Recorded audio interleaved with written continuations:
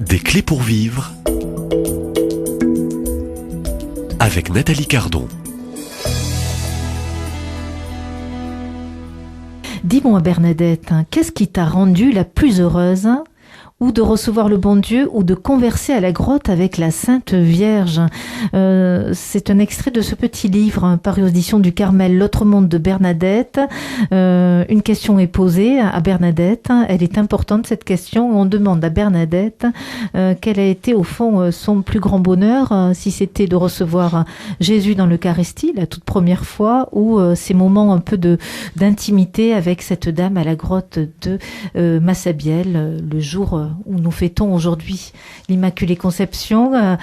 Père Andréca, bonjour. Bonjour. Auteur de ce petit livre, L'autre monde de Bernadette, où le lecteur est invité à suivre en toute liberté une retraite spirituelle, se mettre à l'écart, refaire le point. Alors, c'est le 8 décembre, c'est la fête de l'Immaculée Conception, grande fête ici à Lourdes où nous enregistrons pas très loin de la grotte Massabielle.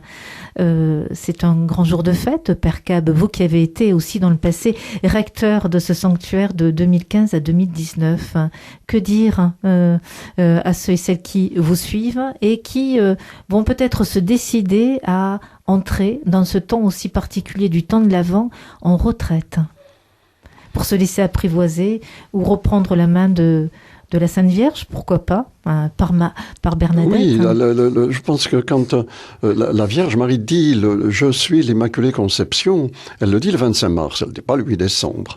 Elle nous montre le sens de ce mystère qu'on appelle un privilège. En fait, nous sommes tous des privilégiés de Dieu. Et le regard que Dieu pose sur nous est unique. Et il ne nous regarde pas en série. Et donc tout particulièrement, évidemment, celle à qui il va se confier pour prendre chair dans notre monde et qui doit évidemment lui ouvrir la porte. L'Immaculée Conception signifie qu'elle ouvre la porte à Dieu. Elle est totalement, depuis qu'elle existe, depuis qu'elle est conçue, elle est totalement sans tâche, sans obstacle, immaculée, et qui s'oppose à la venue de l'amour. Et c'est pour ça qu'elle pourra, le 25 mars, porter l'amour au monde. Et elle s'identifie du coup à ce qui se passe le 25 mars, qui n'est pas sa conception à elle, mais la conception de Jésus, 9 mois avant le 25 décembre. Donc elle est immaculée, conçue sans péché, pour pouvoir devenir conception de Jésus. Nous ne parlons pas simplement de l'Immaculée Conception de Marie, elle s'identifie, je suis l'Immaculée Conception. Et évidemment, ça surprend le curé. Mais ce qui peut l'avoir peut-être surpris d'abord, c'est que la petite Bernadette est rentrée dans le presbytère en poussant la porte et sans préalable, je suis l'Immaculée Conception. Que soy Immaculada Conception. Ou bien ça ne veut rien dire, et puis, ou alors elle est folle, menteuse qu'il lui dit. Oui. En fait, elle l'est. Elle l'est. Nous le sommes. Nous sommes tous celui qui écoute la parole de Dieu et qui la garde. Voilà mon frère, ma sœur, ma mère. Voilà celle à qui je suis confié. Nous sommes porteurs de Dieu. Cette fête de l'Immaculée Conception nous invite, comme on l'a dit au début de notre première rencontre, à nous laisser vider de nous-mêmes pour que le bon Dieu puisse trouver sa place en nous et que nous puissions le porter au monde. C'est un don et c'est une mission. Vous voyez, tout privilège en Dieu, et c'est vrai que c'est un privilège de la Vierge Marie, nous ne sommes pas conçus sans péché nous-mêmes. Nous héritons de tout ce poids d'humanité dans laquelle Marie est inscrite comme la nouvelle Ève, dit-on, comme le premier être humain vrai. Celui qui se laisse faire par Dieu. La première Ève, symbolique, est un premier essai raté. La véritable Ève, c'est Marie, toute disponible au don de Dieu et qui donc enfin peut porter un fruit de vie qui est Dieu lui-même.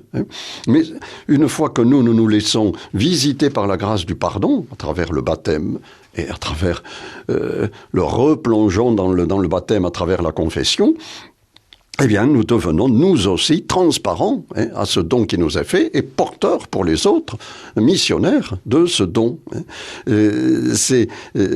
Donc Bernadette n'a pas tort, d'une certaine manière, de dire « je suis l'Immaculée Conception ». Alors simplement, pourrions dire « oui, mais nous, on ne l'est pas dès la conception ».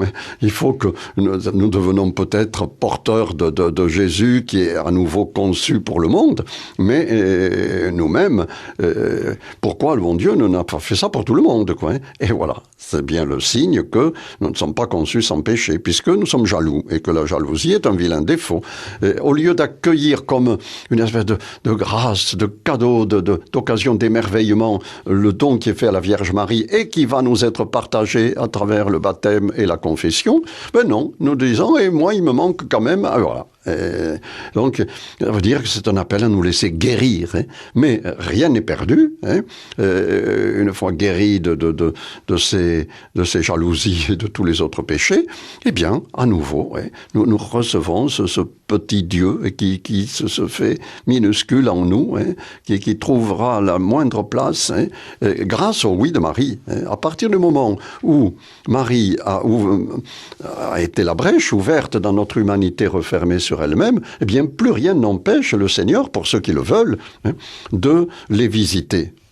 Alors, c'est très beau. J'aimerais, pour finaliser ce 4e entretien, cette 4e rencontre dans ce temps de retraite et puis ce jour particulier où nous fêtons l'Immaculée Conception. Vous nous avez rappelé aussi ce fiat, le jour aussi du 25 mars de la Vierge Marie. Au fond, l'auditeur qui vous écoute depuis le début de la semaine, Père André Cam, l'auditeur qui se décide à entrer dans un temps de retraite, en ce jour si particulier où nous célébrons l'Immaculée Conception, qui rappelle au fond le fiat de la Vierge Marie, comment entrer chacun à l'école de Marie et dans ce oui de Marie. Et en particulier en ce jour où nous suivons depuis quelques jours les pas de Bernadette, les pas de la Vierge Marie, comment déposer ce oui à la suite de Marie et de tous les saints. Puisque nous suivons les pas de Bernadette, à travers elle les pas de Marie, et à travers Marie le don de Dieu en Jésus, en fait, il s'agit d'accueillir l'Évangile, d'accueillir la joyeuse annonce qui nous est faite. Dieu vient chez toi. Moi, dans ma pauvre vie, accepter cela, accepter que Dieu frappe à ma porte, que Dieu vienne, non pas à travers des choses extraordinaires, à travers les petits oui que j'ai à donner chaque jour, des petits oui d'amour, de regard sur cet époux, cette épouse, ses enfants, ses parents, sur ses voisins, sur ses collègues de travail, à travers des complications, des difficultés, des relations pas toujours très nettes, des fois au moment où je me sens victime. Il peut y avoir tout ce qu'on veut. Quel est le chemin du oui qui s'ouvre à moi? Et il va s'ouvrir si je reçois cette parole de Dieu. Et si chaque jour, je peux me nourrir de cette parole. J'ai rappelé le premier commandement. Écoute. Il y a l'Évangile et il y a la vie des saints. Donc Bernadette, Marie la première, évidemment, la reine de tous les saints.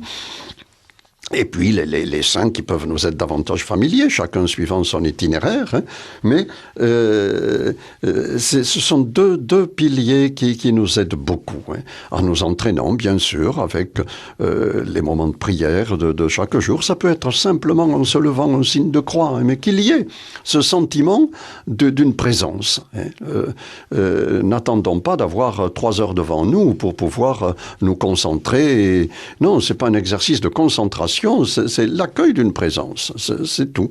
Et je crois que c'est offert à tout le monde dans n'importe quelle situation. Je termine avec un court extrait, une courte prière que vous donnez aussi dans ce livre.